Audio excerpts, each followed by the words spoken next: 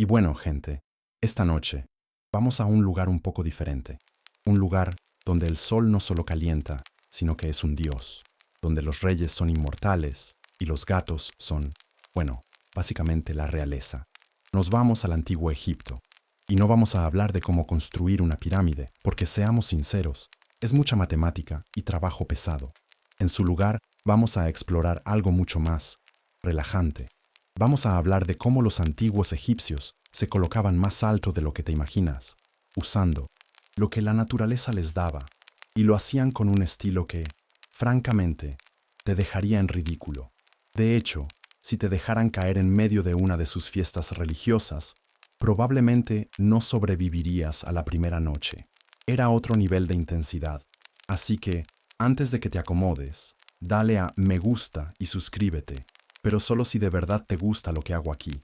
Me ayuda a saber que hay alguien ahí fuera, escuchando en la oscuridad. Y ya que estás en ello, comenta abajo tu ciudad y la hora. ¿Qué es? Siempre me da curiosidad saber desde dónde me escuchan en el mundo. Ahora, apaga las luces. Quizás enciende un ventilador para ese sonido de fondo suave. Y comencemos nuestro viaje de hoy. Estás de pie a la orilla del Nilo.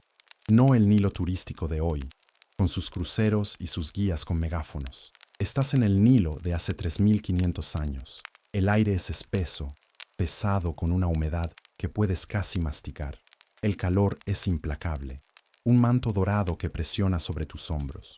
Llevas una simple túnica de lino blanco, la tela sorprendentemente fresca contra tu piel, pero que no hace mucho para detener el zumbido persistente de los insectos que prosperan en la orilla del río. El olor dominante es el del barro húmedo y la vegetación en descomposición, una fragancia fértil y primordial. Pero por encima de ese olor hay algo más, una nota dulce, casi narcótica, que flota en la brisa. Tus ojos recorren las cañas de papiro que se mecen suavemente. El agua del río es de un marrón fangoso, pero salpicando su superficie, como joyas caídas del cielo, ves docenas de flores. No son flores cualquiera, son de un azul tan intenso, un azul tan vibrante, que parece pertenecer a otro mundo. Sus pétalos afilados se abren hacia el sol, con un centro de un amarillo dorado y brillante. Este es el lirio azul del Nilo, o como se le conoce más comúnmente, el loto azul. Para los egipcios, esta no era solo una planta bonita, era un símbolo, una herramienta y una llave. Histórico que todos conocen, o que al menos han visto sin saberlo, es la omnipresencia de esta flor en el arte egipcio. La ves en los jeroglíficos, en las tumbas, en las manos de los faraones y las reinas. La ves adornando pelucas, tallada en las columnas de los templos, pintada en las paredes de las tumbas. Está asociada con la creación del mundo y con el dios del sol, Ra. ¿Por qué? Porque la flor tenía un comportamiento que, para los egipcios, era un milagro diario. Y aquí viene la curiosidad, menos conocida. Cada noche, cuando el sol se ponía, los pétalos del loto azul se cerraban y la flor se hundía bajo la superficie del agua, desapareciendo en la oscuridad del río. Pero cada mañana, al amanecer, resurgía, intacta y pura, abriendo sus pétalos para recibir los primeros rayos de sol. Para un pueblo obsesionado con los ciclos, con la muerte y el renacimiento, esto era el universo dándoles la lección más importante de todas.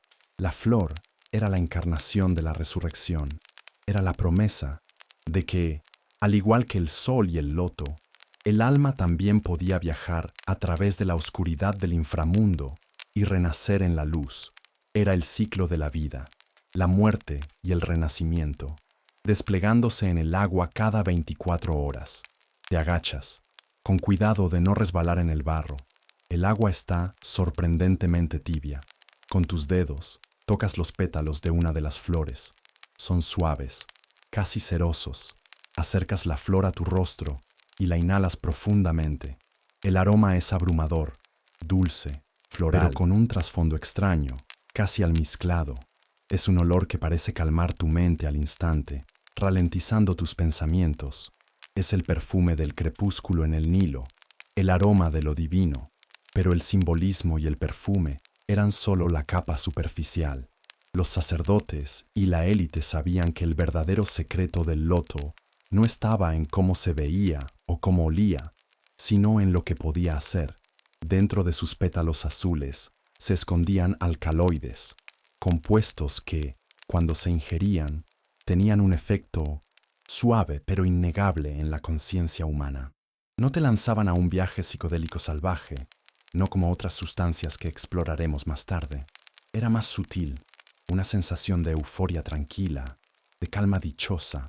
El mundo se volvía un poco más suave, los colores un poco más ricos, y una sensación de conexión pacífica con todo lo que te rodeaba se instalaba en tu pecho. Mientras sostienes la flor, ves a un grupo de nobles riendo a poca distancia. Llevan pelucas elaboradas y joyas de oro que brillan bajo el sol. Uno de ellos se adentra en el agua y recoge un puñado de lirios. Y aquí es donde surge el debate académico que continúa hasta el día de hoy.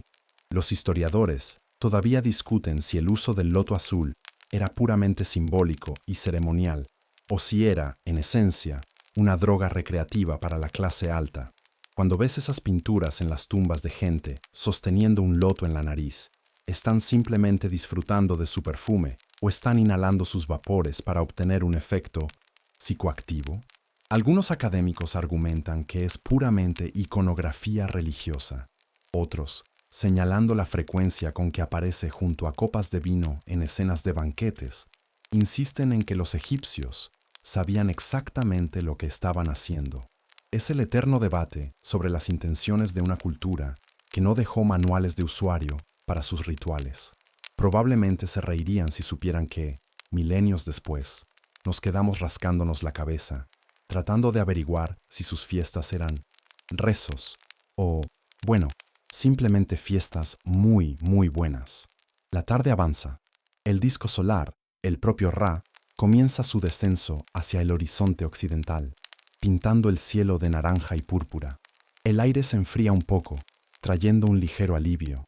Los sonidos del día, los gritos de los mercaderes, el trabajo en los campos, se desvanecen, reemplazados por los sonidos de la noche, el croar de las ranas, el chirrido de los grillos. Y mientras observas, las flores de loto a tu alrededor comienzan a cerrarse lentamente, preparándose para su viaje nocturno bajo el agua. El dulce aroma parece intensificarse en el aire del crepúsculo, una última ofrenda antes de desaparecer. Te quedas allí, en la orilla del río más famoso del mundo, sintiendo el peso de la historia y el ligero zumbido de la magia que flota en el aire, una promesa de los secretos que la noche está a punto de desvelar. Dejas la orilla del río atrás, pero el fantasma de ese aroma a loto te sigue, aferrándose a la brisa del anochecer. Te alejas del zumbido de los insectos y caminas por un sendero de tierra apisonada. El aire es notablemente más fresco ahora que el sol ha desaparecido por completo, y el cielo es un tapiz de un índigo profundo, salpicado de estrellas que parecen más brillantes y cercanas de lo que jamás las has visto. Pasas junto a casas de ladrillos de barro, donde el resplandor de las lámparas de aceite se filtra por las pequeñas ventanas, y escuchas los murmullos de las familias que se preparan para la noche. Tu destino, sin embargo, es un complejo más grande, rodeado por un muro bajo de estuco blanco. Estás a punto de entrar en la casa de un noble. Al pasar por la entrada, entras en un patio central abierto al cielo. Una pequeña piscina rectangular refleja el brillo de las antorchas que parpadean en soportes de pared, sus llamas proyectando sombras largas y danzantes que hacen que las pinturas de las paredes parezcan moverse. Ves escenas de caza en los pantanos, de banquetes y de dioses con cabeza de animal observando en silencio. El aire aquí dentro es diferente, más fresco, y el olor a barro del río es reemplazado por una mezcla de incienso, pan horneado y carne asada. Es el olor de la civilización y la opulencia. Un sirviente te guía silenciosamente, sus pies descalzos apenas haciendo ruido sobre las baldosas de piedra. No te lleva al salón principal donde los invitados se reunirán más tarde, sino a una habitación más pequeña y apartada, una especie de despensa o bodega. Aquí, el aire es fresco y seco, y grandes vasijas de arcilla conocidas como ánforas, se alinean en las paredes. Es en este lugar donde ocurre la verdadera alquimia. Para una civilización que pasó generaciones enteras planificando su viaje al más allá, planificar una buena fiesta para el viernes por la noche también requería una seria ingeniería espiritual y química. Y aquí es donde nos topamos con un hecho histórico bien establecido. Los egipcios eran maestros en la elaboración de vino. No era solo una bebida, era una parte fundamental de la dieta de la élite, una ofrenda para los dioses y un bien de lujo. Te fijas en las ánforas. Algunas tienen pequeñas inscripciones en hierático, la escritura cursiva de los escribas. Una etiqueta podría decir vino de los viñedos del delta occidental, año 5 del reinado de Amenhotep III. Enólogo, Nact, lo documentaban todo, la cosecha, la calidad, el origen. Tenían un sistema de clasificación de vinos que haría que un sommelier moderno asintiera con aprobación. En el centro de la habitación, una mujer está trabajando. Podría ser una sirvienta de alto rango, o quizás una sacerdotisa dedicada a Hathor, la diosa de la alegría y la embriaguez. Sus movimientos son precisos, lentos, rituales. Ha decantado un vino tinto oscuro y espeso de una de las ánforas a un gran cuenco de cerámica. Ahora toma los lotos azules, los mismos que viste recogiendo antes en el río. Y aquí es donde la magia se encuentra con la ciencia, revelando una curiosidad poco conocida que es la clave de todo este asunto. Ella no hierve las flores, no las machaca en un mortero para hacer una pasta. Simplemente toma los capullos enteros, con sus largos tallos, y los sumerge suavemente en el vino, uno por uno. Observas cómo los pétalos de un azul brillante flotan por un momento en la superficie roja antes de que el peso del líquido los empape y los arrastre hacia abajo. La razón de este método específico es pura química. Los alcaloides psicoactivos del loto, la apomorfina y la nuciferina no son solubles en agua. Hacer un té de loto te daría poco más que un agua floral de sabor extraño, pero son completamente solubles en alcohol. El espíritu del vino era el único catalizador que podía liberar el espíritu de la flor. Los egipcios puede que no conocieran los términos químicos, pero a través de generaciones de experimentación, entendieron perfectamente el proceso. La magia no estaba solo en la planta, estaba en la unión de la planta y el vino. La mujer añade más y más flores al cuenco. ¿Cuántas se necesitan? ¿10? ¿20? Y aquí es donde los historiadores y arqueólogos entran en un animado debate. No existen recetas escritas. No hay un papiro culinario de las pociones divinas.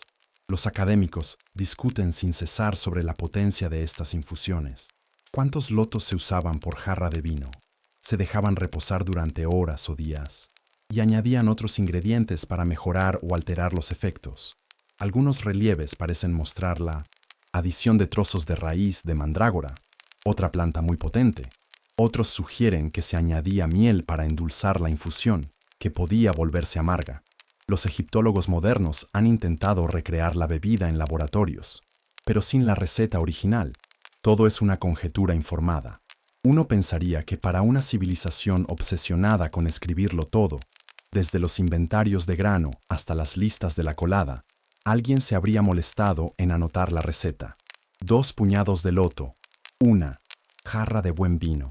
No conduzcas tu carro después de beber. Pero no, tenían que ser misteriosos al respecto, dejándonos adivinar milenios después. Observas cómo el color del vino comienza a cambiar. Los pétalos azules, ahora sumergidos, empiezan a sangrar su esencia, volviéndose de un púrpura oscuro y magullado.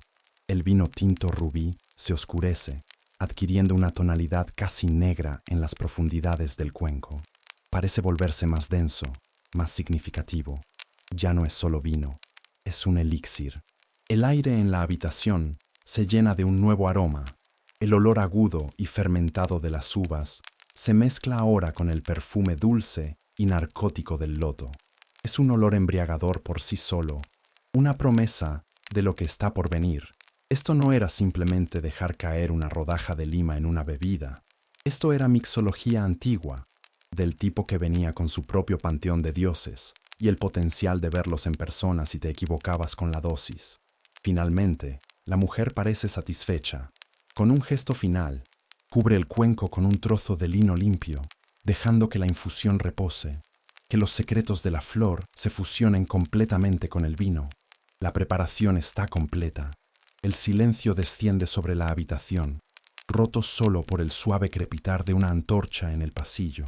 Te quedas allí, en la quietud de la bodega, con la anticipación flotando en el aire, tan espesa y dulce como el aroma de la poción que ahora espera a los invitados. El viaje está a punto de comenzar de verdad. Dejas atrás la silenciosa habitación de la alquimia y sigues al sirviente por un corto pasillo. El cambio de atmósfera es instantáneo y abrumador. Entras en el salón principal y es como si hubieras entrado en otra realidad. La habitación está llena de vida, luz y sonido. Docenas de personas, la élite de la ciudad, se reclinan en cojines de lino sobre esteras de papiro tejidas, dispuestas alrededor de mesas bajas de madera oscura. Las mesas están cargadas con una abundancia que marea los sentidos. Pato asado glaseado con miel, granadas abiertas que parecen cofres de joyas rojas, montones de higos y dátiles, pasteles de trigo endulzados. El aire es una sinfonía de aromas deliciosos.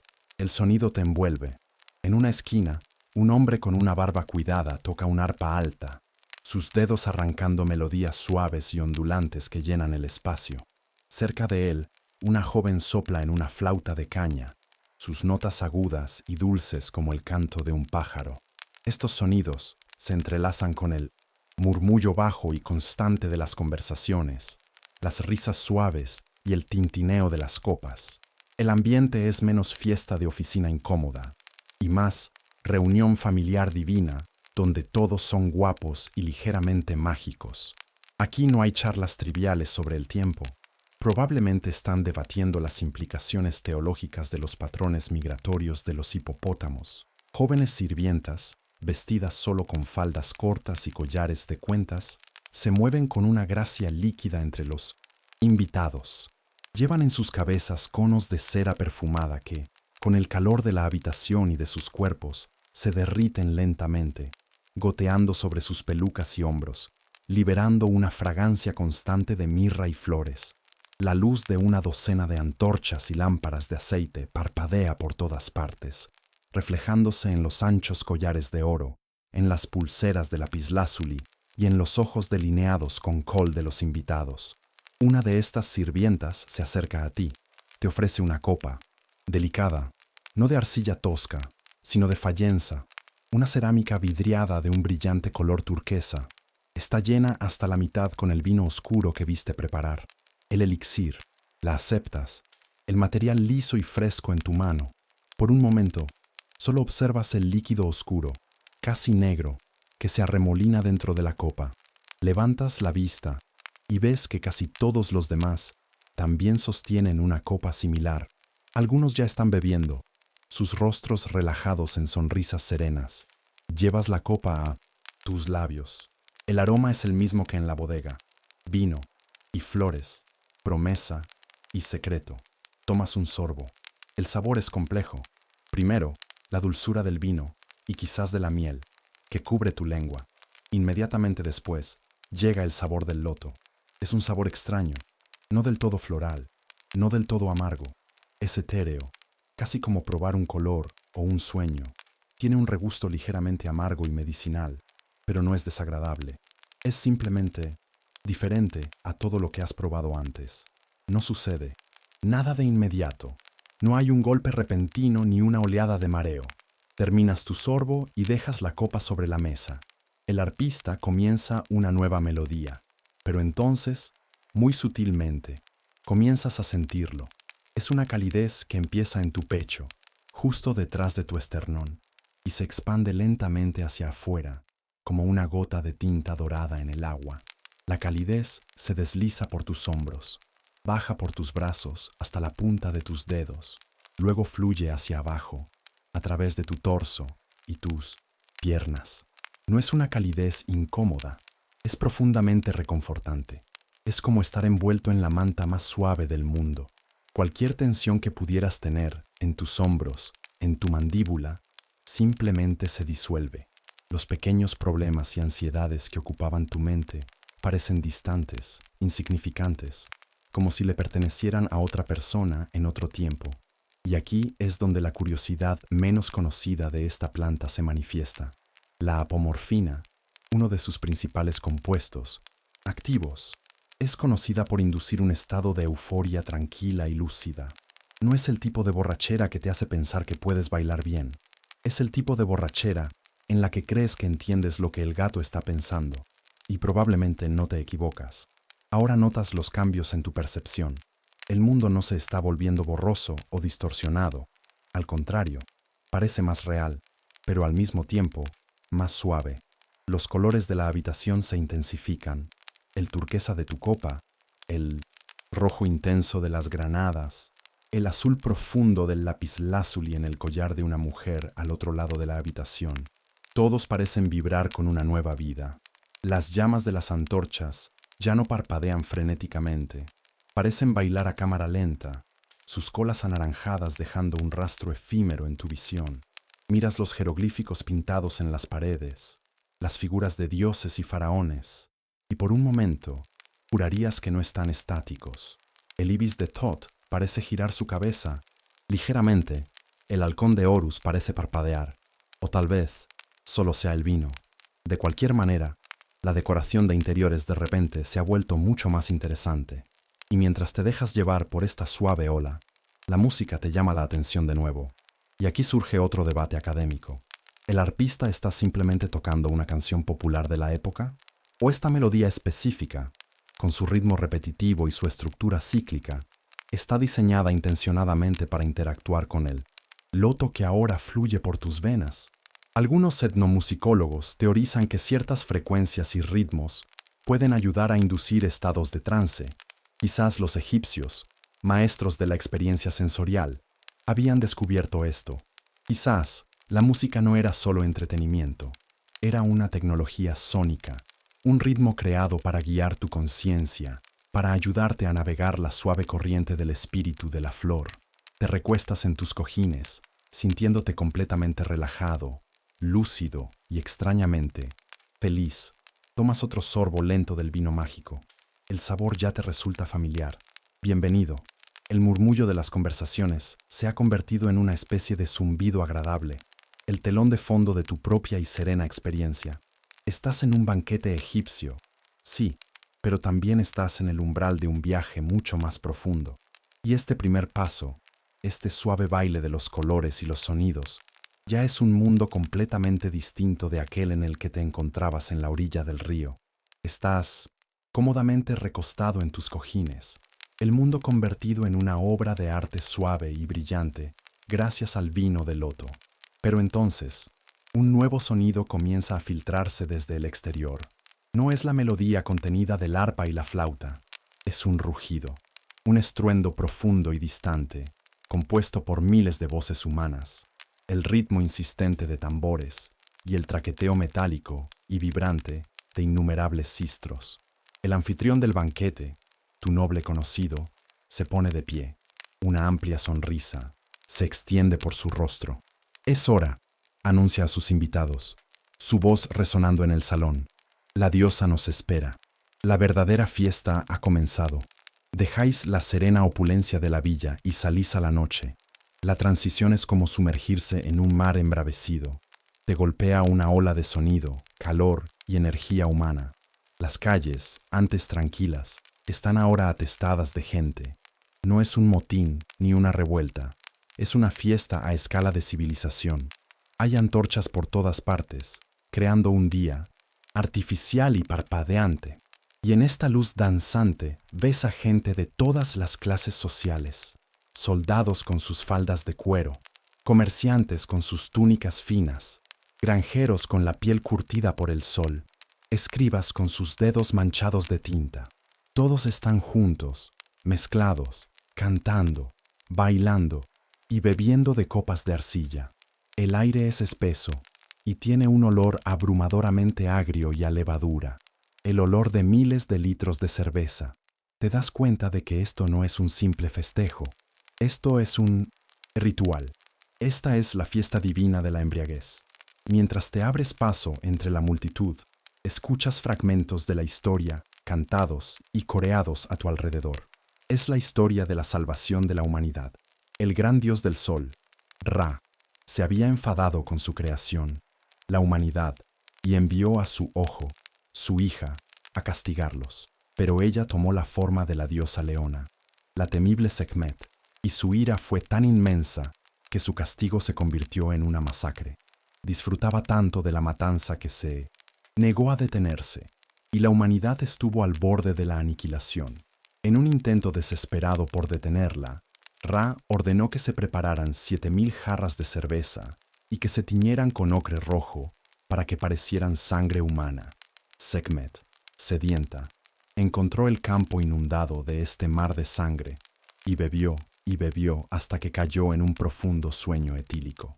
Cuando despertó, su furia se había calmado, su sed de sangre se había saciado y se había transformado en la benévola y gentil diosa Baka, Hathor, la encarnación de la alegría, el amor y la música.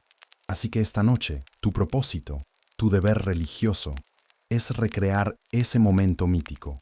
Tienes que beber, tienes que emborracharte, tienes que celebrar la borrachera que salvó al mundo. Es, probablemente, la mejor excusa para una fiesta en toda la historia de la humanidad. Tu jefe no podría enfadarse si faltas al trabajo al día siguiente. Solo estabas cumpliendo con tu obligación cívica de evitar el apocalipsis. Alguien te empuja una tosca copa de arcilla en la mano. Se rellena de un enorme cucharón que sale de una tina de cerámica del tamaño de una bañera. El líquido no es el vino delicado de antes. Es cerveza, espesa, un poco arenosa por el grano mal filtrado, y fuerte, y es de color rojo. La gente bebe con abandono, sus rostros brillando de sudor a la luz de las antorchas. La marea de gente te arrastra, llevándote inevitablemente hacia el complejo del templo local, el epicentro de la celebración. Al entrar en un vasto patio al aire libre, te das cuenta de que este espacio fue construido para esto. Es un salón de festivales a cielo abierto, y notas una curiosidad arquitectónica que te deja perplejo por un momento. Hay extraños canales y rejillas tallados en el suelo de piedra. Te toma un segundo darte cuenta de lo que son: desagües. Los arquitectos del templo sabían exactamente lo que pasaría durante esta fiesta. Ves a gente enferma por el exceso de bebida, inclinándose sobre estas rejillas, ayudados por amigos o extraños, sin vergüenza ni estigma. Es parte del proceso. Es como si los antiguos egipcios hubieran inventado el lugar designado para llorar en el baño, en los festivales, pero lo convirtieron en una característica arquitectónica sagrada. Verdaderos visionarios. Mientras observas esta escena de caos sagrado, con los sacerdotes supervisando la distribución de cerveza desde las gradas del templo y los guardias manteniendo un perímetro laxo, no puedes evitar que surja una pregunta, un debate que los eruditos modernos todavía mantienen. ¿Es esta una explosión genuina y espontánea de éxtasis colectivo, un momento carnavalesco en el que la rígida jerarquía social de Egipto se disuelve en un estado de conciencia compartido? ¿O es esto un caos estructurado, una brillante pieza de ingeniería social, una válvula de escape cuidadosamente gestionada por el faraón y el sacerdocio para apaciguar a las masas, reforzando en última instancia su propio poder al demostrar que son ellos quienes median incluso esta locura divina? La línea entre la liberación extática y el ritual controlado por el Estado es increíblemente borrosa. Tomas un largo trago de la cerveza rojiza. El cálido zumbido del loto todavía resuena en tu sistema, y esta nueva capa de intoxicación cruda y sin filtrar se asienta sobre él. El mundo, que se había vuelto suave y silencioso, ahora se vuelve ruidoso, estridente y vibrante. La música es un ritmo frenético y pulsante de tambores y el incesante traqueteo de los sistros. La gente baila con un abandono salvaje, girando y saltando. La participación no parece opcional. Es tu deber divino unirte a la fiesta. Imagina eso. No aparecer en la mayor juerga del año no solo era antisocial, era una blasfemia. Te sientes arrastrado por la energía de la multitud. un único organismo pulsante, unido en su misión de emborracharse para la gloria de Hathor. Ya no eres un individuo, un observador. Eres parte del festival, una célula en el cuerpo de la celebración. Levantas tu copa, el líquido rojo se derrama por el borde y bebes de nuevo, perdiéndote en el ruido, en el sudor, en la presión de los cuerpos y en la potente mezcla de plantas sagradas y cerveza patrocinada por el Estado. Las fronteras entre tú y los demás, entre lo sagrado y lo profano, se han disuelto por completo. Estás salvando el mundo, un glorioso y desordenado trago a la vez. Tu conciencia regresa al mundo no con un estallido, sino como un lento amanecer. El rugido del festival es ahora un eco distante en tu memoria, un zumbido sordo detrás de tus oídos. Lo que es mucho más presente es el martilleo rítmico dentro de tu cráneo. Abres los ojos. No estás en una calle polvorienta ni en un patio de templo lleno de gente. Estás acostado sobre una estera de lino limpia, en una habitación tranquila y fresca. Las paredes de estuco blanco reflejan una luz suave que entra por una ventana alta. El aire no huele a cerveza derramada y sudor, sino a hierbas secas, a papiro y a algo limpio y mineral, casi como la lejía. Un hombre se inclina sobre ti. Viste una simple falda escocesa de lino blanco, impecable. Su cabeza está afeitada y su rostro es sereno. Reconoces en su collar un amuleto de Sekhmet, la misma diosa leona cuya ira estabas apaciguando hace unas horas. Pero aquí, él no es un maestro de ceremonias de una fiesta salvaje. Es un sacerdote médico. Estás en la Per Ankh, la casa de la vida. Este es el polo opuesto del festival de anoche. Es un lugar de silencio, orden y conocimiento. Es donde se cura el cuerpo, se copia el saber y se libra la batalla contra el dolor y la enfermedad. Esta es la parte de la mañana siguiente del ciclo espiritual, donde se hace el verdadero trabajo. Ves a otros escribas en una esquina de la habitación, sentados con las piernas cruzadas, copiando meticulosamente rollos de papiro.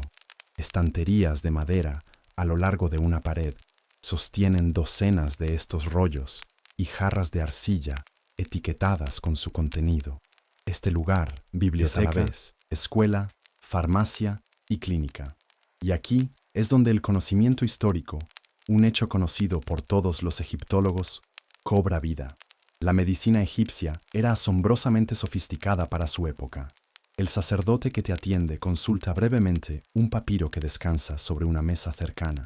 Podría ser el famoso Papiro Evers, un documento de 20 metros de largo que contiene más de 700 recetas y encantamientos para tratar dolencias que van desde problemas digestivos y lesiones traumáticas hasta la tristeza del corazón, lo que hoy llamaríamos depresión.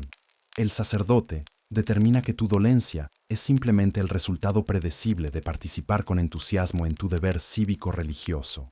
Te da un poco de agua fresca y un trozo de pan, pero tu atención se desvía hacia otro paciente en la habitación. Es un trabajador, un albañil quizás, con la pierna horriblemente hinchada y deformada por un accidente en una construcción. Su rostro está contraído por el dolor y de su garganta escapan gemidos bajos y constantes. Es aquí donde presencias la otra cara de las plantas sagradas. El sacerdote se mueve hacia su mesa de trabajo, que parece el banco de un alquimista. Selecciona varios ingredientes de las jarras de arcilla, y entre las hierbas secas y los minerales molidos, ves algo que no reconoces del banquete ni del festival. Son las cápsulas secas y bulbosas de una flor. El sacerdote, notando tu interés, te muestra una. Es la amapola, Papaver somniferum. Y aquí yace una curiosidad poco conocida. Aunque la amapola no era nativa de Egipto, fue importada y cultivada allí desde el Reino Nuevo. Los egipcios conocían muy bien su poder. La llamaban shepen, que se traduce como la planta de la alegría, y sus vainas se usaban para crear opio. Los papiros médicos la prescriben sin rodeos como un potente analgésico y sedante. Una de las recetas más famosas, y un poco inquietante, para calmar a un bebé que llora sin cesar, era una mezcla de semillas de la planta, de la alegría, y excrementos de mosca. Mira, nadie dice que su medicina fuera perfecta, pero no se puede negar su compromiso para encontrar algo que funcionara. Demos gracias por las farmacias modernas y su notable ausencia de ingredientes a base de insectos. El sacerdote coloca las vainas de amapola en un pesado mortero de piedra y comienza a molerlas hasta convertirlas en un polvo fino. Y mientras lo hace, su comportamiento cambia. Comienza a cantar. Es un canto bajo y monótono, una serie de frases repetitivas en una lengua antigua y gutural. Las palabras no parecen dirigidas al paciente ni a ti. Parecen dirigidas a los ingredientes, al mortero, al aire mismo. Y esto nos lleva directamente a uno de los debates académicos más fascinantes sobre el antiguo Egipto, la línea entre la magia y la medicina. ¿Era el encantamiento un mero espectáculo, una especie de efecto placebo para aumentar la confianza del paciente en el remedio, un antiguo protocolo de cabecera, o creía el sacerdote, con cada fibra de su ser, que las vibraciones de su voz eran tan cruciales para la curación como los alcaloides de la amapola? La mayoría de los eruditos hoy en día se inclinan por lo segundo. Para los egipcios no había distinción. La magia y la medicina eran dos partes inseparables de una única ciencia de la curación. La receta era en parte hierbas molidas y en parte un cántico en un momento específico del día. Es como si tu médico te dijera que tomes 2 aspirinas y lo llames por la mañana, pero que también te asegures de mirar hacia el este mientras susurras alabanzas a un dios babuino. Probablemente no lo cuestionarías. El copago seguramente era mucho mejor. El sacerdote mezcla el polvo de opio con un poco de miel para formar una pasta y luego la diluye con un chorrito de cerveza para crear una poción. Administra una pequeña cantidad al hombre herido para que la beba y unta el resto en un vendaje de lino limpio que aplica a la pierna lesionada. El efecto es casi inmediato y profundo. En cuestión de minutos, los gemidos del hombre cesan, la tensión en su cuerpo se libera. Los músculos de su rostro, antes contraídos en una máscara de agonía, se relajan, sus ojos se cierran y se hunde en un sueño profundo y sin dolor. Es un milagro silencioso y potente. Te quedas observando, tu propio dolor de cabeza ya desvaneciéndose. Acabas de venir de un mundo donde la intoxicación era una forma de adoración masiva, caótica y extática. Aquí, en la quietud de la casa, de la vida, una sustancia de la misma categoría se utiliza con precisión, reverencia y un propósito completamente diferente, no para el éxtasis, sino para la misericordia. Te das cuenta de que para los egipcios, el poder de estas plantas nunca fue una sola cosa. Era un espectro que iba desde la locura divina hasta la compasión divina. Y los sacerdotes eran los maestros que caminaban por todo ese espectro, dispensando tanto la euforia como el alivio, a menudo desde los mismos jardines sagrados. Te sientes recuperado. El martilleo en tu cabeza ha sido reemplazado por una claridad tranquila, y la serenidad de la casa de la vida ha calmado los últimos ecos del festival. El sacerdote médico, que ha estado observando tu silenciosa fascinación por su trabajo, te dedica una pequeña y enigmática sonrisa. Parece que ha visto esa misma curiosidad en otros antes. Sin decir palabra, te hace un gesto para que lo sigas, guiándote más allá de la sala principal de curación y del scriptorium donde trabajan los escribas, hacia una parte más profunda y silenciosa del complejo. Llegáis ante una pesada puerta de madera de sicomoro, reforzada con bandas de bronce. A diferencia de otras puertas que has visto, esta tiene una cerradura. El sacerdote saca una llave de bronce de un bolsillo en su falda y la introduce. El sonido del mecanismo al girar es fuerte en el silencio. Empuja la puerta, que se abre con un suave quejido, revelando una habitación pequeña y sin ventanas. El aire que sale es fresco, seco, y está cargado con el aroma de cientos de plantas secas. Pero por encima de la mezcla de olores, uno destaca, un perfume agudo, terroso y extrañamente animal. Esta no es la farmacia general. Este es el gabinete de los venenos, la bóveda de los secretos potentes. El sacerdote entra y tú lo sigues. La única luz proviene de la puerta abierta. Se dirige a un cofre de madera tallada que descansa sobre una mesa baja. Con un cuidado que roza la reverencia, levanta la tapa. Dentro, descansando sobre un lecho de lino inmaculado, hay una raíz, pero es una raíz como ninguna que hayas visto. Es gruesa, de color marrón claro, y su forma es tan extraña que te produce un escalofrío. La parte superior es un bulto nudoso, del que se desprenden varios apéndices fibrosos, pero la parte principal de la raíz se bifurca claramente en dos piernas gruesas, con raíces más pequeñas, que se ramifican a los lados como si fueran brazos. La forma es inconfundiblemente humanoide. Es la clase de vegetal que te haría sentir culpable si lo convirtieras en ensalada. Casi esperarías que te diera consejos sobre la vida mientras lo cortas. Junto a la inquietante raíz hay varios frutos pequeños y redondos, de un color amarillo pálido, que desprenden un aroma dulce y pesado. El sacerdote te explica que estás viendo la mandrágora. No crece en las fértiles tierras de Egipto, sino que es un tesoro importado de las lejanas tierras del Levante, un bien precioso y poderoso. Te cuenta que estos mismos frutos se han encontrado en las tumbas de grandes faraones, como Tutankamón, colocados allí para que el rey pudiera disfrutar de su poder en el más allá. Su uso por la realeza es un hecho histórico bien documentado. El sacerdote maneja la raíz con un cuidado extremo, sin tocarla directamente, usando un trozo de lino para ajustarla en su lecho. Y aquí es donde te cuenta las historias, las advertencias que rodean a esta planta. La curiosidad menos conocida es que, aunque el folclore más famoso sobre la mandrágora, que su grito al ser arrancada de la tierra es mortal, es más bien medieval, la idea de su peligro inherente es mucho más antigua. Dicen, susurra el sacerdote, su voz apenas un murmullo, que arrancar esta raíz de la tierra sin el ritual adecuado es cortejar a la locura, que su espíritu, al ser separado de la tierra, grita con una agonía que ningún mortal puede oír y seguir con vida. Probablemente era una señal de no tocar muy eficaz, inventada por sacerdotes que no querían que gente cualquiera jugara con sus alucinógenos de alta potencia. Es el equivalente del mundo antiguo a poner una calavera y tibias cruzadas en una botella. El verdadero peligro, explica, no es un sonido, sino el espíritu dentro de la propia planta. Contiene un poder que puede volver loco a un hombre, sumirlo en un delirio febril del que nunca regresa, o simplemente robarle el aliento para siempre. Esto se debe a que la planta está cargada de alcaloides tropanos, sustancias que, en 1900, dosis minúsculas, pueden actuar como sedantes o afrodisíacos, pero que en dosis mayores son venenos violentos que provocan alucinaciones terroríficas, parálisis y la muerte. El sacerdote levanta una de las frutas amarillas y te la acerca para que la huelas. El aroma es dulce, embriagador y extrañamente carnal.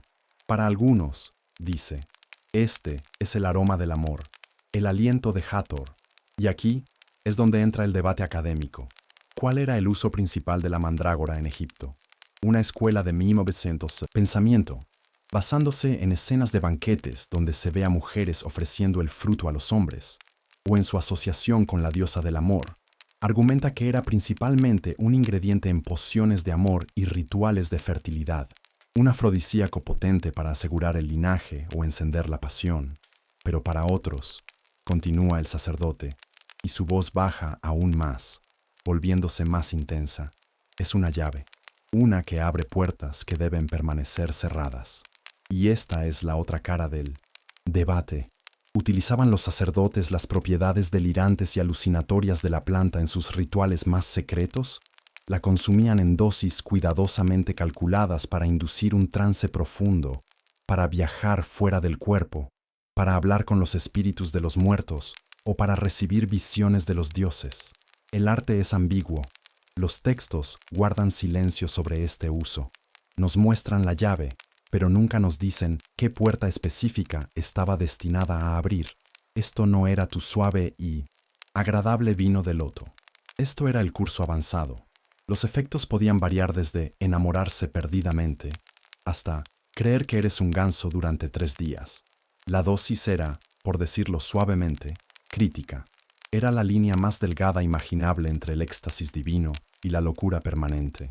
Con un gesto final, el sacerdote vuelve a colocar el fruto en el cofre, junto a su extraña raíz guardiana, baja la tapa y el intenso aroma terroso queda contenido una vez más.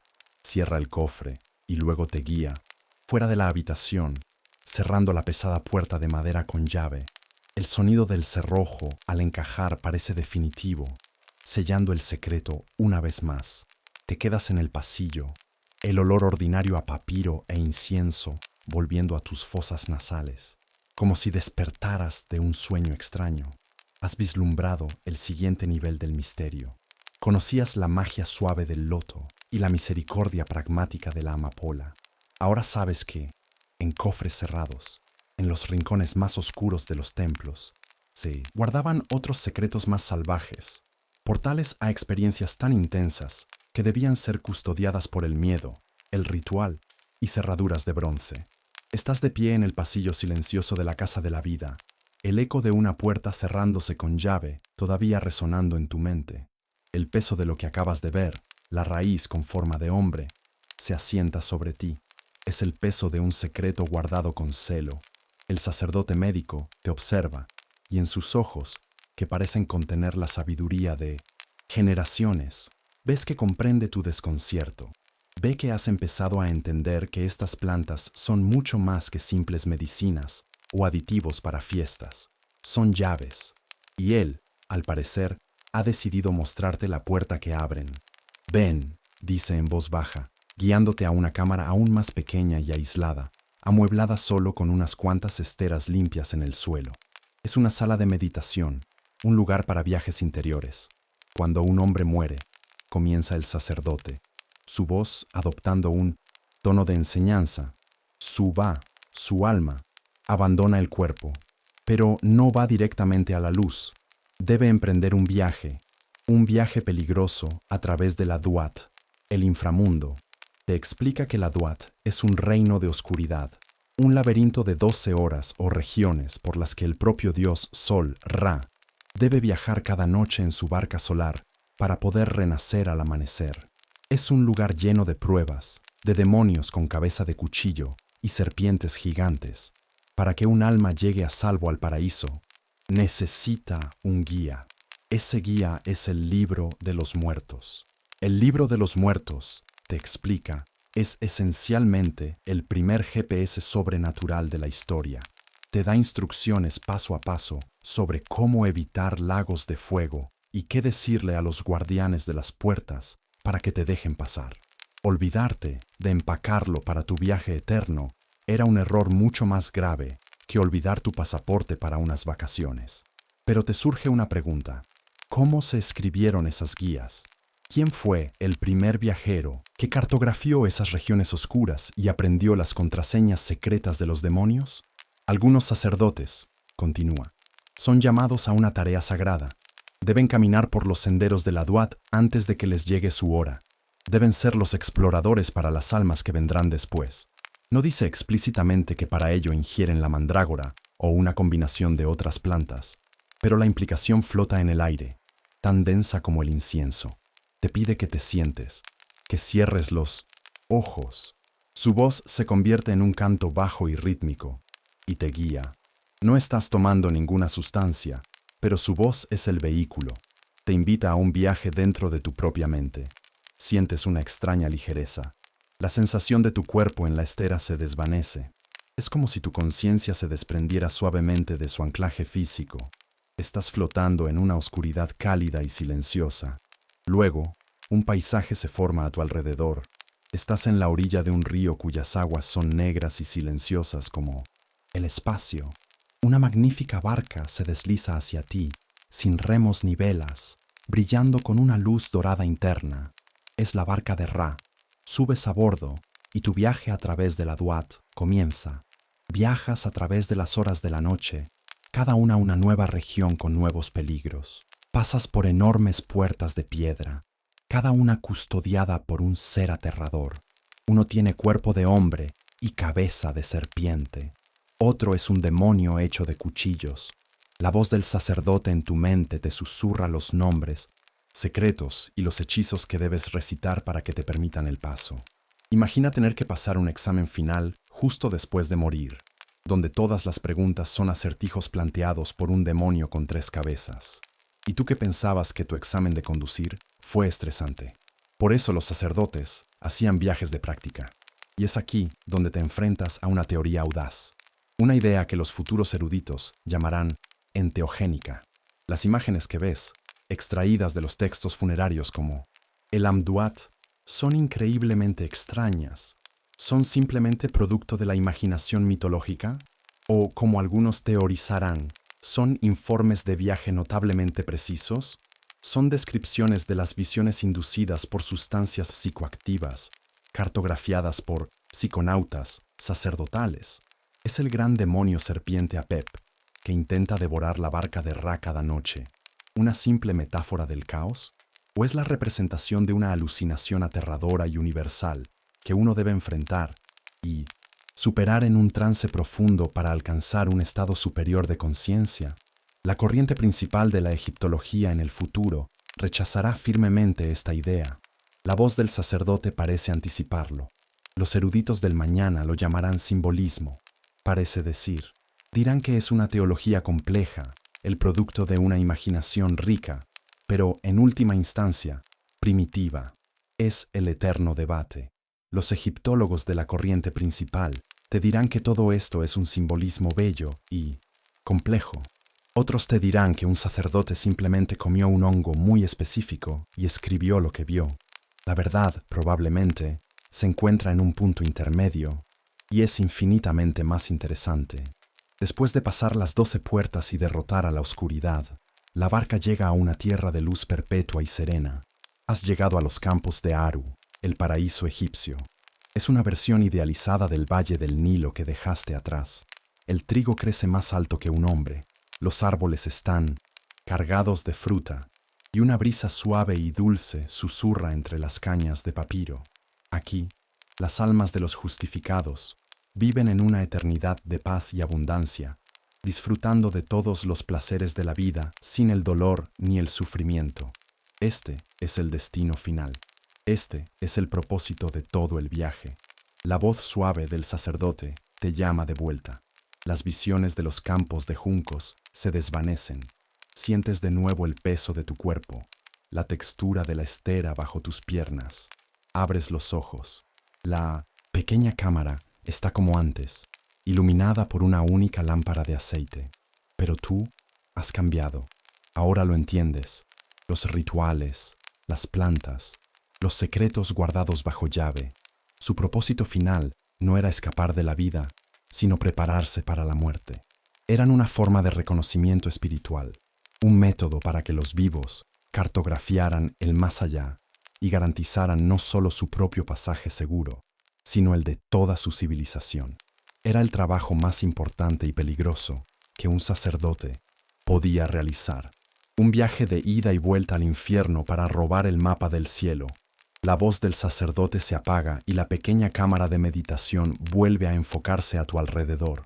Te sientes anclado de nuevo en tu cuerpo, en el suelo de piedra, en el corazón del antiguo Egipto. Pero entonces, algo extraño sucede. El aire empieza a vibrar, las paredes de estuco, la parpadeante lámpara de aceite, el olor a incienso. Todo se disuelve en una ráfaga de luz y sonido. Eres arrastrado hacia adelante, a través de un túnel de tiempo arremolinado. Los siglos pasan como un susurro. Faraones, emperadores romanos, califas, reyes medievales, todos se desvanecen en un instante. Aterrizas suavemente en un lugar que es la antítesis de la casa de la vida. Un laboratorio blanco, estéril y silencioso en la Alemania de finales del siglo XX. El zumbido bajo y constante de la ventilación y los equipos de refrigeración reemplaza el silencio del templo. La cálida luz de las antorchas es sustituida por el brillo frío y uniforme de las lámparas fluorescentes. Hay mesas de acero inoxidable, ordenadores con pantallas de color verde y negro y máquinas complejas con luces parpadeantes y tubos de vidrio. Y sobre una de estas mesas de acero yace el sujeto de la investigación. una momia egipcia, sus vendas de lino marrones y frágiles por el paso de 3 milenios. Una toxicóloga llamada Svetlana Balabanova y su equipo están llevando a cabo una serie de pruebas.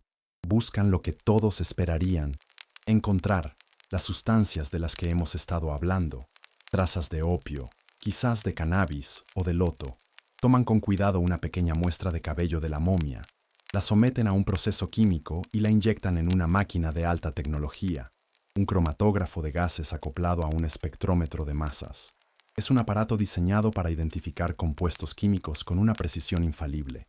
Balabanova espera confirmar la presencia de las drogas conocidas del viejo mundo, pero los resultados que aparecen en la pantalla del ordenador son imposibles. Suena como el comienzo de un chiste muy extraño. Un científico alemán analiza una momia de 3000 años y encuentra cocaína. Pero ocurrió de verdad. Es el tipo de resultado científico que te hace comprobar si te has bebido el café de la mañana del vaso de precipitados equivocado. La máquina muestra un pico claro e inconfundible de nicotina. Y otro, aún más chocante, de cocaína. Esto no puede ser. La nicotina proviene del tabaco y la cocaína de la hoja de coca. Ambas plantas son nativas de las Américas.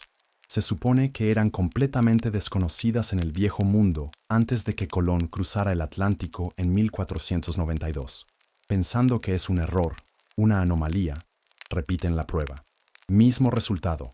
Deciden probar con otras momias de la misma colección del Museo de Múnich. Prueban los restos de Genut Tawi, una suma sacerdotisa que vivió alrededor del año 1000 a.C. Y de nuevo, el mismo resultado. Nicotina y cocaína. Cuando se publican estos hallazgos a principios de los años 90, el mundo académico sufre un cortocircuito. Los egiptólogos, que tenían una línea de tiempo del mundo ordenada y bien establecida, se enfrentan de repente a la posibilidad de que una sacerdotisa de la época de los faraones tuviera en su sistema una sustancia que no debería existir en su continente hasta 2500 años después. Es el equivalente histórico a encontrar un smartphone en un castillo medieval. Y así comienza el gran debate, una batalla académica que continúa hasta el día de hoy. Rápidamente se forman 3 bandos. El primer bando, y el más grande con diferencia, es el equipo contaminación. Está formado por la inmensa mayoría de egiptólogos, arqueólogos e historiadores. Su argumento es lógico y sensato. Tiene que ser contaminación moderna. Explican que estas momias fueron excavadas en el siglo XIX y han sido manipuladas por innumerables personas desde entonces. Apuntan a los exploradores, victorianos, famosos por su afición al rapé, un tabaco en polvo que a menudo se mezclaba con aditivos, incluida la cocaína, por sus propiedades estimulantes. Quizás un conservador del museo con un gran bigote y un bolsillo lleno de rapé estornudó cerca de la momia. Quizás el pegamento utilizado para una reparación en el museo contenía nicotina. Es la explicación más simple y la que menos libros de historia obliga a reescribir. El segundo bando, mucho más pequeño y considerado marginal, es el equipo contacto antiguo. Para ellos, este es el santo grial, la prueba irrefutable que han estado buscando. Sostienen que esto demuestra la existencia de contactos transoceánicos precolombinos. Proponen que antiguos marineros, quizás los fenicios, eran conocidos por sus largos viajes al servicio de los egipcios, eran capaces de cruzar el Atlántico, comerciar con las civilizaciones nativas de América y traer de vuelta hojas de coca y tabaco. Descartar los hallazgos como mera contaminación, argumentan, es una ceguera académica, una negativa a enfrentarse a pruebas que podrían cambiarlo todo. Y luego hay un tercer bando, una voz aún más tranquila y especulativa, el equipo de la planta extinta. Sugieren una tercera vía. ¿Y si existió una planta del viejo mundo, quizás en Egipto o en algún lugar de África, que producía cocaína de forma natural y que desde entonces se ha extinguido? No hay ninguna prueba botánica que apoye esta idea, pero es una forma de explicar la química sin tener que reescribir la historia de la exploración mundial. El debate se recrudece. Se realizan más estudios por parte de otros equipos. Algunos replican los hallazgos de Balabanova, otros no. La teoría de la contaminación sigue siendo, con mucho, la más aceptada, la respuesta oficial en los círculos académicos. Pero los datos originales nunca han sido refutados de forma concluyente. Simplemente están ahí. Un hecho incómodo, una anomalía persistente. La escena en el laboratorio se desvanece y te encuentras de nuevo mirando a la momia de Genut Tawi, ahora de vuelta en su sarcófago, en el silencio de su tumba. Yace en la oscuridad, un enigma de 3000 años. Su cuerpo, preparado para un viaje eterno a través de la Duat, se ha convertido en cambio en un misterio químico moderno.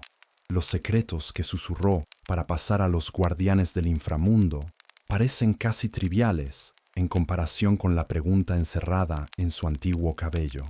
Era una sacerdotisa que simplemente vivió en un ambiente lleno de incienso y ofrendas, o estaba, de alguna manera inexplicable, conectada a un continente que, según todo lo que sabemos, no debería haber conocido. La respuesta está sellada con ella en la oscuridad. El enigma de la momia y su química imposible se disuelve, devolviéndote de las frías luces de un laboratorio moderno a la cálida y polvorienta oscuridad del pasado. Te alejas de los grandes misterios transatlánticos y te sumerges en un rompecabezas más sutil, casi secreto. Tu perspectiva se desplaza desde los sacerdotes de alto nivel y sus rituales cósmicos hacia un rincón más tranquilo e intelectual de la vida egipcia. Te encuentras en un scriptorium, la escuela y taller de los escribas, ubicado en la tranquilidad de un recinto de un templo. El silencio aquí es diferente al de la tumba. Es un silencio vivo, lleno del suave y rítmico rasguido de las plumas de caña sobre las hojas de papiro. Varios niños, los futuros administradores del reino, practican torpemente sus primeros jeroglíficos en trozos de cerámica. Más allá, los escribas más avanzados trabajan con una concentración silenciosa, redactando contratos, registrando inventarios de grano o copiando textos religiosos. El aire huele a papiro recién prensado, a las tortas de tinta negra y roja y a la calma palpable del trabajo intelectual. Tu atención se centra en un escriba en particular. No está escribiendo palabras, sino dibujando un plano increíblemente complejo en una gran hoja de papiro. Es el diseño de una nueva tumba, con sus pasillos falsos, cámaras ocultas y precisos alineamientos astronómicos. Justo encima de su puesto de trabajo, hay una pequeña talla de una diosa en la pared. Viste una distintiva túnica de piel de leopardo, el atuendo de los sacerdotes, y sobre su cabeza lleva un símbolo único, una estrella de 7 puntas o una roseta, coronada por un arco o unas astas invertidas. Esta es Seshat, la señora de la casa de los libros. Es la diosa de la escritura, la sabiduría, la arquitectura, la astronomía y las matemáticas.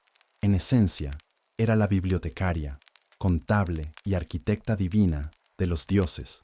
Y si había alguien en el panteón egipcio cuyos seguidores necesitaban algo para ayudarles a concentrarse mientras calculaban el ángulo exacto de una pirámide por 10ª vez, probablemente eran sus sacerdotes.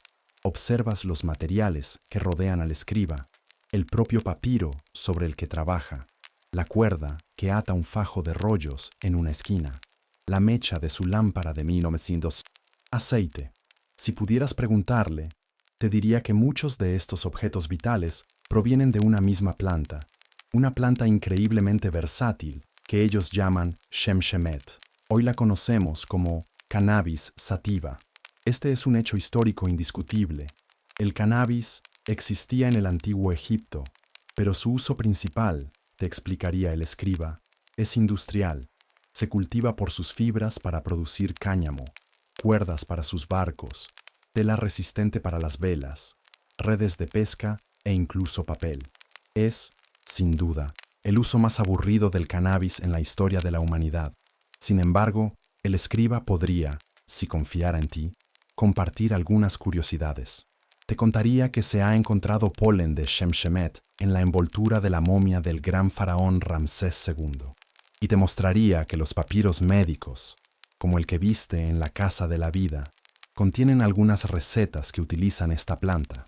Desenrollaría una copia del papiro Evers y te señalaría una receta para tratar una inflamación, donde la Shemshemet se muele y se aplica como un emplasto. Pero luego, con una sonrisa cómplice, podría señalar otra receta más, íntima, una para una dolencia ginecológica, donde la planta debe ser molida en miel e introducida en su vagina para enfriar el útero. Este método de administración, obviamente, sugiere que buscaban un efecto sistémico, no solo superficial. Y aquí es donde nace el debate. Los egipcios conocían esta planta a la perfección. La cultivaban, la cosechaban y la procesaban. Es posible que, conociéndola tan bien, ignoraran por completo sus propiedades psicoactivas. La egiptología convencional es escéptica. Argumentan que no hay representaciones claras de su uso como droga, ni textos que lo describan sin ambigüedad. Cuando una receta menciona fumigar una habitación con Shemshemet, la interpretación estándar es que se trataba de una fumigación para purificar el aire o tratar una dolencia de forma tópica con el humo, no para que el paciente lo inhalara con fines recreativos. Pero la visión alternativa es demasiado tentadora como para ignorarla. ¿Por qué la planta estaría sutilmente asociada con Seshat, la diosa del conocimiento esotérico y la precisión mental? A diferencia del loto o el vino, que producían un estado de euforia social y relajada, los efectos del cannabis podían ser muy diferentes. Un aumento de la concentración, un cambio en la percepción sensorial, una mayor apreciación de los patrones, las mismas cualidades que un arquitecto, un matemático o un escriba podrían encontrar sumamente útiles. ¿Podría la Shemshemet haber sido un sacramento secreto para los iniciados en el culto de Seshat? Una herramienta no para el éxtasis salvaje del festival de Hathor, sino para la inspiración tranquila y concentrada. Así que, cuando un texto médico dice fumigar la habitación con cannabis para tratar, digamos, un dolor de cabeza, ¿era una forma de aromaterapia antigua? ¿O era el sacerdote diciéndole al paciente, en esencia, mira, simplemente llena la habitación de humo y llámame por la mañana?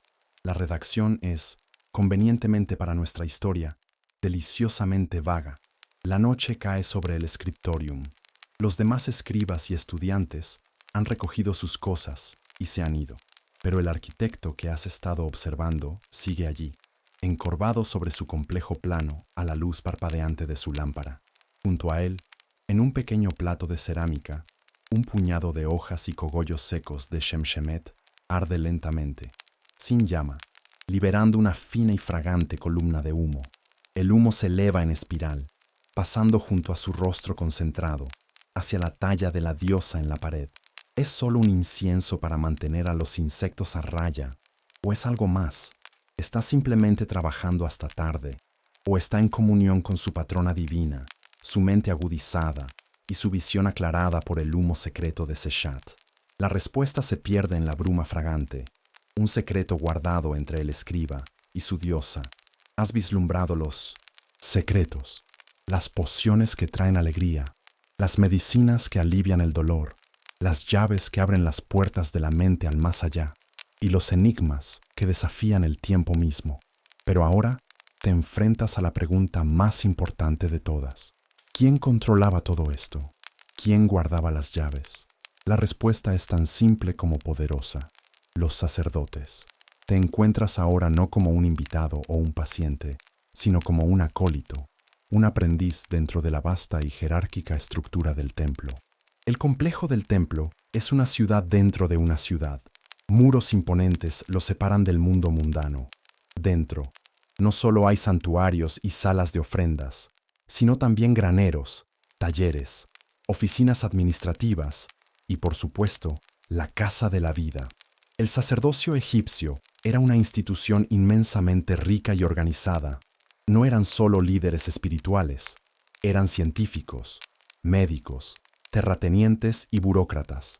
Ser un sumo sacerdote no era solo cuestión de llevar piel de leopardo y parecer solemne. Era un trabajo complejo, en parte CEO de una corporación masiva. en parte médico, en parte farmacéutico y en parte, bueno, la única persona en la ciudad autorizada legalmente a hablar con los dioses y a manejar los ingredientes para verlos. Como acólito, tu primer deber es aprender el orden. Aprendes que no todas las partes del templo son para todos. Hay patios a los que el público puede acceder en los festivales. Hay salas a las que solo pueden entrar los sacerdotes de bajo rango. Y luego están los lugares sagrados, el Sancta Sanctorum, donde solo el sumo sacerdote o el propio faraón pueden entrar. Este principio de acceso restringido se aplica también al conocimiento. Te llevan a una parte del complejo del templo que nunca antes habías visto. Es un jardín amurallado, bañado por el sol y regado por su propio canal conectado al Nilo. Aquí, en hileras ordenadas, crecen las plantas del poder. Ves parterres del loto azul, sus flores abriéndose al sol. Ves hileras de la amapola, con sus pesadas cabezas. Ves la enigmática mandrágora creciendo en una tierra especialmente preparada, e incluso ves la alta y fibrosa planta de Shemshemet. Este no es un jardín público, es un laboratorio botánico y un arsenal farmacológico. El acceso está estrictamente prohibido para los no iniciados. Los sacerdotes no solo dispensaban estas plantas, controlaban su producción desde la semilla. Y aquí descubres una curiosidad menos conocida sobre esta estructura de poder. El trabajo era, en su mayor parte, hereditario. El conocimiento se transmitía de padre a hijo, de madre a hija, dentro de un círculo muy reducido de familias de élite durante generaciones. No conseguías este trabajo enviando tu currículum. Era un negocio familiar. Mi tatarabuelo mezcló el vino de loto para Akenatón, y ahora es mi turno. Es la máxima forma de seguridad laboral, siempre y cuando no envenenes accidentalmente al faraón. Ves a un sacerdote mayor enseñando a un niño, su hijo, cómo distinguir las plantas, cuándo cosecharlas según las fases de la luna, y cómo secarlas y almacenarlas. Le susurra las recetas, no desde un papiro, sino desde la memoria. Una tradición oral y secreta que corre paralela a los textos religiosos públicos. En una cámara especial, la casa de las pociones, presencias la preparación. Es el mismo proceso que viste en la Villa del Noble, pero a mayor escala y con un rigor aún más ritual. Los sacerdotes que muelen el opio o infusionan el loto no son simples sirvientes, son especialistas que han dedicado su vida a este arte. Cantan las genealogías de su conocimiento, invocan a los dioses patrones de cada planta. Todo está envuelto en capas y capas de ritual. Y esto nos lleva al debate académico central sobre el sacerdocio. ¿Era toda esta parafernalia, todo este secreto, para proteger un conocimiento esotérico genuinamente profundo? ¿O era el secreto en sí mismo una herramienta de poder? ¿Era la magia real? ¿O era simplemente una puesta en escena muy eficaz para mantener su autoridad y el flujo de donaciones al templo? Algunos estudiosos argumentan que el secreto era una forma de misticismo manufacturado, de hacer que conocimientos relativamente simples parecieran profundos y divinos para la plebe analfabeta. La regla número 1 del Club de los Sacerdotes del Antiguo Egipto era: no se habla del Club de los Sacerdotes del Antiguo Egipto. La segunda regla era asegurarse de que todo el mundo supiera que existía un club y que era súper exclusivo y guardaba todos los secretos. Todo es cuestión de marketing. La otra cara del debate sostiene que la puesta en escena era para proteger algo real y peligroso, que las recetas y los rituales eran protocolos de seguridad desarrollados a lo largo de siglos para manejar sustancias que podían llevar a la locura o a la muerte si se usaban incorrectamente. El secreto no era para acaparar el poder, sino para evitar que la gente se hiciera daño. Probablemente, la verdad contenga elementos de ambas teorías, como: acólito, tu trabajo es limpiar los morteros de piedra, filtrar las infusiones a través de telas de lino y, sobre todo, observar y guardar silencio. Estás en el peldaño más bajo de la escala, pero ya eres un guardián. Eres un eslabón en una cadena de conocimiento que se remonta a cientos, quizás miles de años. Estás aprendiendo que el poder no reside solo en la planta, sino en el control de su historia, su preparación y su distribución. Los sacerdotes eran los guardianes del conocimiento, los pastores de los jardines sagrados y los únicos intermediarios autorizados entre el hombre y los extraños paraísos que estas plantas prometían. Un monopolio del alma. Has pasado tiempo entre los sacerdotes y los nobles, en salones de banquetes perfumados y en los silenciosos recintos de los templos. Has visto el poder y el secreto que rodea a las plantas sagradas. Pero, ¿qué pasa con el 99% restante de la población? ¿Qué pasa con el granjero, el alfarero, el soldado, el barquero? ¿Tenían ellos acceso a esta magia? ¿O su vida era simplemente una lucha interminable bajo el sol? Ahora, tu perspectiva cambia drásticamente. Dejas atrás los muros del templo y te encuentras en un pequeño pueblo de ladrillos de barro a orillas del Nilo. El sol es un martillo de oro. Sientes su calor en tu espalda mientras te inclinas, una y otra vez, reparando un canal de irrigación con una azada de madera. El trabajo es agotador, repetitivo, y dura desde que sale el sol hasta que se pone.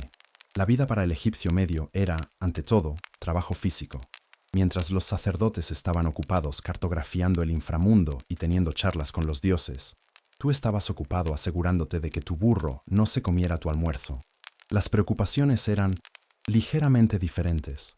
Tu casa es una estructura simple de ladrillos de barro, con un par de habitaciones y un techo de paja y barro.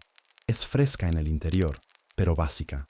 Tu dieta no consiste en pato asado y granadas, sino en pan grueso y nutritivo y, sobre todo, cerveza. La cerveza del hombre común no era tanto una bebida recreativa como una forma de pago y nutrición. Los trabajadores de las pirámides y las tumbas a menudo recibían sus salarios en pan y cerveza.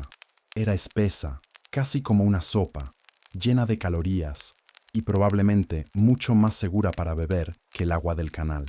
El hecho de que también te hiciera sentir un poco mejor después de un día de arrastrar piedras era solo un efecto secundario muy bienvenido. Estás sentado fuera de tu casa, al anochecer, los músculos doloridos, bebiendo tu ración de cerveza de una tosca taza de arcilla. Miras al otro lado del río, hacia los grandes templos de la orilla opuesta, y te preguntas sobre los misterios que guardan. No puedes simplemente pedir una cita en la casa de la vida por tu dolor de espalda, pero eso no significa que estés completamente desprovisto de alivio. Y aquí es donde nos adentramos en el reino de la medicina popular y la especulación informada. Una curiosidad poco conocida es que, aunque las pócimas preparadas estaban estrictamente controladas por los sacerdotes, las plantas en sí a menudo crecían silvestres. Mientras trabajas en los canales, ves las mismas flores de loto azul que adornan los banquetes de los nobles. Para ti, no son un ingrediente para un vino psicoactivo, pero quizás recoges una al final del día por su belleza y su aroma. Quizás has descubierto que hacer una simple infusión con sus pétalos en agua caliente, un té no alcohólico, produce una bebida de sabor agradable que te ayuda a relajarte y a conciliar el sueño. No te da visiones, pero calma los nervios, y eso es suficiente. Quizás tienes un dolor de muelas insoportable. No puedes permitirte el tratamiento de un sacerdote médico, pero tu abuela te contó un viejo remedio. Encontrar una de esas amapolas que a veces crecen en los bordes de los campos y masticar suavemente una de sus vainas secas. No conoces la palabra opio ni alcaloide, pero sabes que después de unos minutos, el dolor punzante en tu mandíbula se convierte en un zumbido sordo y soportable. No escribes un artículo científico al respecto, pero recuerdas el truco. Este es el centro de un animado debate académico. Existía una tradición popular de uso de plantas psicoactivas paralela a la alta tradición ritual y controlada por el Estado. La evidencia es escasa porque la vida de la gente común era, en su mayor parte, analfabeta y desechable para la historia. Sus casas de barro se han deshecho, sus posesiones eran pocas y no dejaron textos detallando sus remedios caseros. Pero es difícil imaginar que un pueblo tan conectado con el mundo natural no experimentara con las plantas que los rodeaban. La cerveza del pueblo a veces se fortificaba con otras hierbas psicotrópicas baratas y de crecimiento local para darle un empuje extra? ¿Usaban las parteras ciertas plantas para aliviar los dolores del parto? Es un campo de conjeturas, pero la ausencia de pruebas no es prueba de ausencia. Además de las plantas, tenías acceso a otra forma de poder, la Heka, la magia, pero no la alta magia teológica de los templos. Tenías la magia casera, de bricolaje, pequeños amuletos de fayenza que llevabas al cuello para protegerte del mal de ojo, un hechizo susurrado sobre la puerta para mantener alejados a los escorpiones, una pequeña estela de piedra con la imagen de Horus sobre los cocodrilos, que frotabas con agua para crear un líquido curativo para las picaduras y mordeduras. Era la versión popular de la religión estatal, una forma de ejercer un poco de control sobre un mundo a menudo hostil e impredecible. Así que, mientras terminas tu cerveza y el cielo se oscurece, sientes un alivio, no el éxtasis trascendental de un noble en un banquete, sino un alivio simple y terrenal. El dolor de tus músculos se ha atenuado. El zumbido de la cerveza te ha relajado. El amuleto en tu cuello te hace sentir seguro. Tu mundo no está lleno de viajes al inframundo y conversaciones con los dioses, pero está impregnado de una magia más pequeña y personal, una pizca de magia en la vida cotidiana, lo suficiente para ayudarte a sobrevivir y a enfrentarte a otro día de trabajo bajo el sol abrasador. Dejas atrás el mundo terrenal del pueblo y el trabajo. Tu viaje te lleva ahora a través del Nilo, hacia la orilla occidental, la tierra del sol poniente, la necrópolis. Desciendes por una rampa empinada hacia la oscuridad fresca y silenciosa de una tumba recién terminada. Pertenece a un alto funcionario, un hombre que se preparó para este viaje durante toda su vida. El aire aquí dentro es completamente inmóvil, seco y huele a yeso fresco y a los pigmentos minerales de la pintura. Un sacerdote realiza una última inspección con una antorcha y a su paso las paredes cobran vida. Estás rodeado por un universo de color. Cada centímetro cuadrado de las paredes y el techo está cubierto de pinturas y relieves finamente tallados. A primera vista, el arte puede parecer rígido, bidimensional, casi primitivo para un ojo moderno, pero pronto te das cuenta de que no es por falta de habilidad, sino por un diseño deliberado. Este arte sigue un canon estricto, un conjunto de reglas que se mantuvieron casi inalteradas durante milenios. Es la franquicia artística más longeva de la historia. Sin impresionismo, sin cubismo, solo dioses sólidos y confiables, con cabezas de animales. Observas las figuras humanas. La cabeza siempre está de perfil, pero el ojo, grande y delineado, te mira de frente. El torso y los hombros están en una vista frontal, pero de la cintura para abajo, las caderas, las piernas y los pies vuelven a estar de perfil. No intentaban pintar una foto, estaban creando una versión ideal y eterna del difunto, mostrando cada parte de su cuerpo desde su ángulo más claro y reconocible, para que su ser mágico, su Ka, pudiera habitarlo por toda la eternidad. El objetivo no era el realismo, era la función mágica. Luego los colores y entiendes que nada es accidental, son un lenguaje en sí mismos. Los hombres se pintan con un marrón rojizo que evoca la tierra fértil y el trabajo al aire libre. Las mujeres, a menudo de la élite y protegidas del sol, se pintan con un ocre amarillo más pálido. Pero los dioses pueden ser de cualquier color. Osiris, el señor del inframundo, a menudo se pinta de verde, el color de la vegetación y la resurrección, o a veces de negro, el color del limo fértil del Nilo y del vacío de la Duat. Es un sistema de codificación por colores muy complejo. Necesitarías un manual para entender la actualización de estado de cada uno. Pero hay un color que destaca, reservado para lo más sagrado: el pelo de los dioses, el agua del Nilo celestial, el cuerpo del dios Amón. Es un azul profundo, vibrante, casi eléctrico. Es el azul egipcio, considerado el primer pigmento sintético del mundo. Los egipcios aprendieron a fabricarlo hace más de 4000 años, calentando una mezcla de arena, cobre y cal.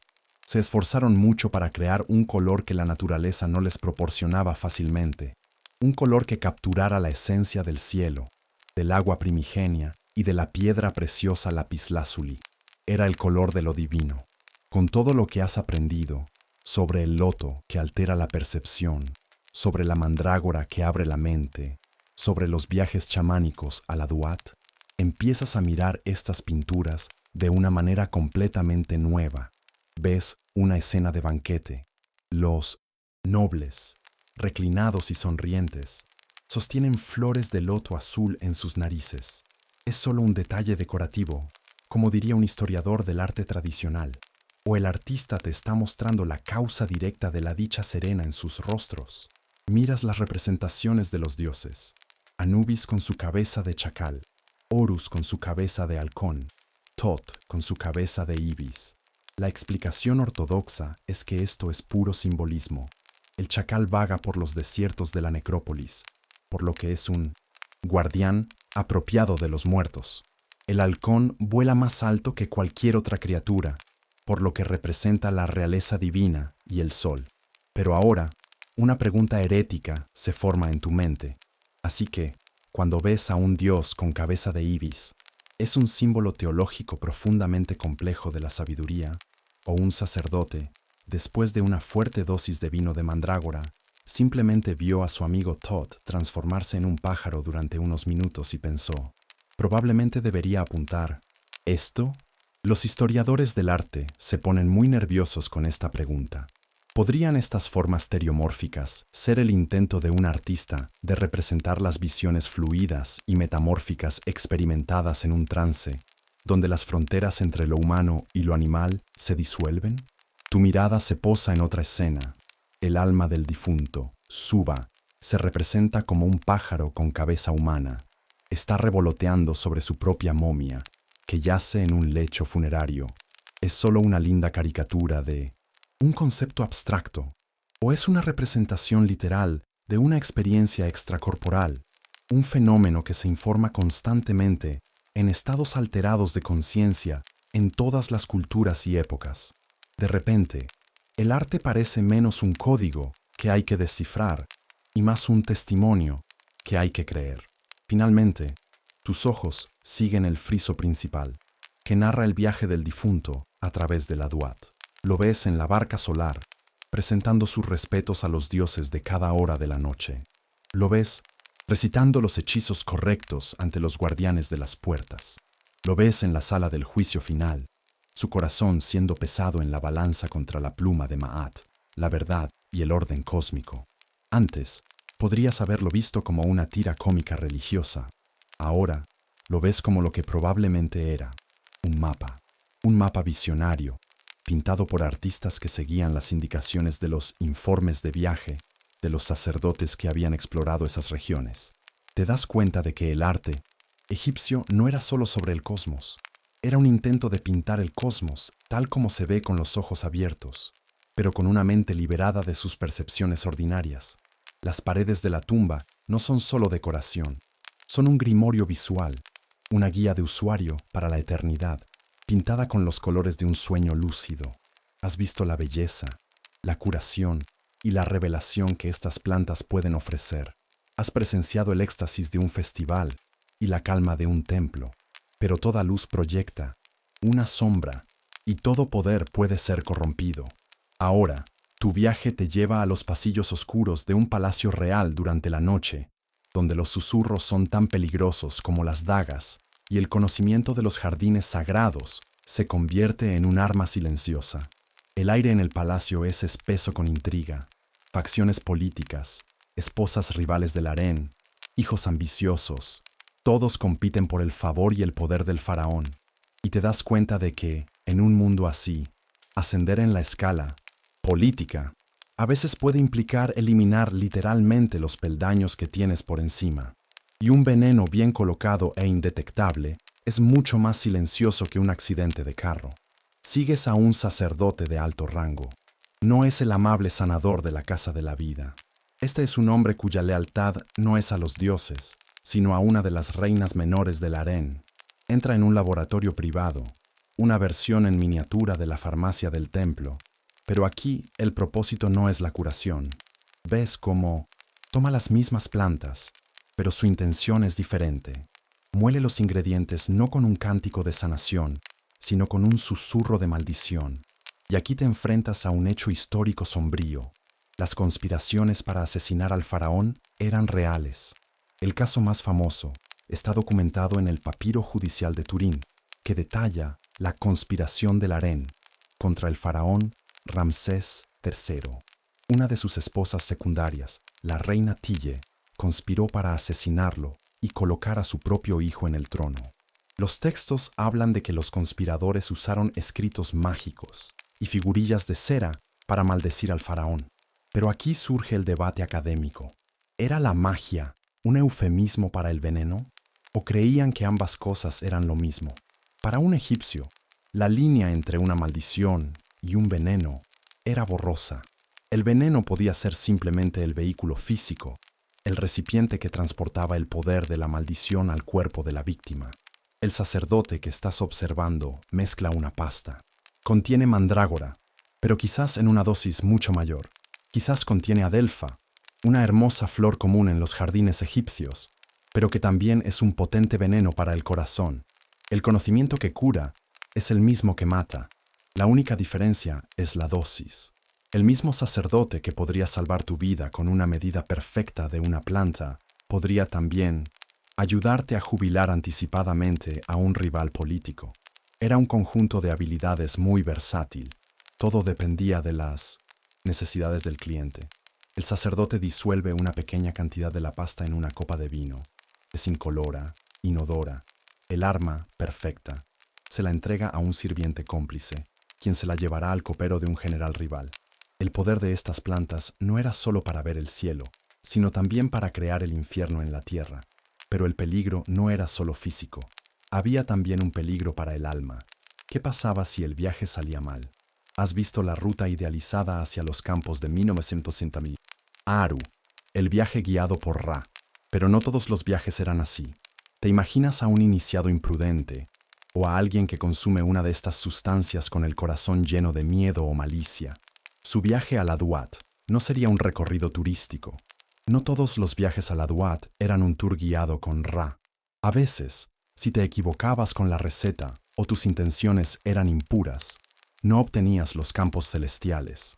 Obtenías el nivel de bonificación lleno de cocodrilos cósmicos gigantes que querían tener una charla sobre tus elecciones de vida. No recomendado en los folletos de viaje. Las visiones no serían de dioses benévolos y campos de juncos, sino de los demonios devoradores, de los lagos de fuego, del caos personificado por la serpiente Apep. Un mal viaje en el contexto egipcio sería una experiencia de terror teológico, una visión del alma siendo devorada, aniquilada, fallando en el juicio final. El miedo, la paranoia, la confusión, estas también eran sombras que acechaban en los pétalos del loto y en la raíz de la mandrágora. El poder de disolver la realidad también era el poder de destrozarla. Te alejas de la escena del palacio, el sabor amargo de la traición en tu mente. Comprendes ahora la totalidad del espectro. Estas plantas eran un poder primordial, como el propio Nilo. Podían traer vida, fertilidad y alegría, pero sus crecidas también podían ahogar, y sus profundidades ocultaban peligros mortales. Por eso los sacerdotes guardaban los secretos con tanto celo. No solo para proteger su poder, sino quizás también para proteger a la humanidad de un conocimiento que, en las manos equivocadas o en las mentes equivocadas, podía ser tan destructivo como cualquier ejército. El poder del sacerdocio, los secretos de los jardines y las intrigas del palacio, todo parece eterno, una estructura de poder tan inmutable como las propias pirámides. Pero nada dura para siempre. Tu viaje ahora se acelera y te conviertes en un fantasma que se desplaza a través de los siglos, presenciando el lento y melancólico crepúsculo de este mundo antiguo. Estás a punto de presenciar el ocaso de los jardines sagrados. Primero, llegan los persas. Luego, los griegos bajo el mando de Alejandro Magno. Con ellos llega la dinastía ptolemaica, una línea de faraones griegos que gobierna desde la nueva y bulliciosa ciudad de Alejandría. Entras en un templo durante esta era y el ambiente es diferente. Todavía se adora a los antiguos dioses, pero ahora tienen nombres griegos y nuevos rostros. Horus se fusiona con Apolo, Tot con Hermes. Nace un nuevo dios, Serapis, una combinación del egipcio Osiris Apis y varios dioses griegos, diseñado para unir a las dos culturas. Los griegos y los romanos aparecieron y dijeron: esto es genial, nos encanta la arquitectura, solo vamos a cambiar la marca de algunos de sus dioses y el idioma oficial. No se preocupen, será una transición suave. Y así comenzó la larga y lenta fusión corporativa de una religión. El conocimiento antiguo comienza a fragmentarse. Los sacerdotes ptolemaicos todavía realizan los ritos, pero el griego se convierte en el idioma de la administración. La vieja lengua y los viejos secretos comienzan a ser dominio de unos pocos tradicionalistas. Luego llegan los romanos, y Egipto se convierte en el granero de un imperio aún más vasto. El poder del sacerdocio se erosiona aún más. Los templos, una vez centros de la economía y la política, se convierten en poco más que atracciones turísticas y focos de resistencia local. Y entonces llega el cambio final. Una nueva religión, nacida en la provincia romana de Judea, se extiende como un incendio por el imperio: el cristianismo. Al principio es una secta perseguida, pero gana adeptos. Sus seguidores se reúnen en secreto, susurrando sobre un único Dios y un solo Salvador. Su visión del mundo no tiene cabida para un panteón de dioses con cabeza de animal y rituales de embriaguez sagrada. Luego llegaron los cristianos, y no estaban interesados en una fusión. Fue una adquisición hostil. Su opinión sobre los estados de trance inducidos por flores sagradas era, digamos, significativamente menos entusiasta que la de los sacerdotes de Hathor. En el siglo IV, el cristianismo se convierte en la religión dominante del imperio, y con el poder viene la supresión. Te encuentras en el año 391 de Cristo. El emperador Teodosio ha emitido un edicto ordenando el cierre de todos los templos paganos. Ves a los monjes cristianos, vestidos con túnicas toscas, marchando hacia los grandes templos de Karnak y Philae. No vienen a adorar, vienen a purgar. Estatuas milenarias son derribadas, sus rostros desfigurados. Jeroglíficos sagrados son picados de las paredes. Las casas de la vida son saqueadas, sus bibliotecas de papiros vistas como colecciones de hechizos demoníacos. Y aquí surge la pregunta y el debate final. ¿Se perdió el conocimiento o fue deliberadamente destruido? Ves a un viejo sacerdote, uno de los últimos de su linaje, escondiendo desesperadamente algunos de los rollos más sagrados en una grieta en la pared, con la esperanza de que alguien en el futuro los encuentre. ¿Cuántos de estos tesoros se perdieron para siempre en la destrucción de lugares como la Biblioteca de Alejandría o el Serapeum? ¿Cuántas recetas medicinales? ¿Cuántos conocimientos botánicos? ¿Cuántos mapas del inframundo se quemaron en las hogueras de los celosos? Es la pregunta que atormenta a los historiadores. Imagina todo ese conocimiento, miles de años, de prueba y error sobre lo que cada planta le hace a la mente humana, simplemente desaparecido. Es como si el libro de cocina de un maestro chef se usara para encender un fuego, la mayor pérdida de recetas de la historia. Parte del conocimiento no desapareció por completo, sino que se ocultó. Esta es una curiosidad menos conocida. La alquimia egipcia, con su mezcla de química y misticismo, fue absorbida por los eruditos griegos y árabes, convirtiéndose en la base de la alquimia medieval. Parte del conocimiento de las plantas pudo haber sobrevivido en la medicina popular de los coptos, los descendientes cristianos de los antiguos egipcios, pero el sistema cohesivo, la teología, el ritual y la ciencia que habías presenciado, eso se había roto. Los jardines sagrados se dejaron crecer de forma salvaje, los secretos de la preparación se olvidaron, las llaves se perdieron y las puertas se cerraron para siempre. Te quedas en el patio de un templo ahora silencioso y en ruinas. El viento del desierto sopla arena sobre los relieves desfigurados. El sol se pone sobre un mundo. El ocaso de los jardines sagrados está completo. Solo quedan los ecos y los fantasmas.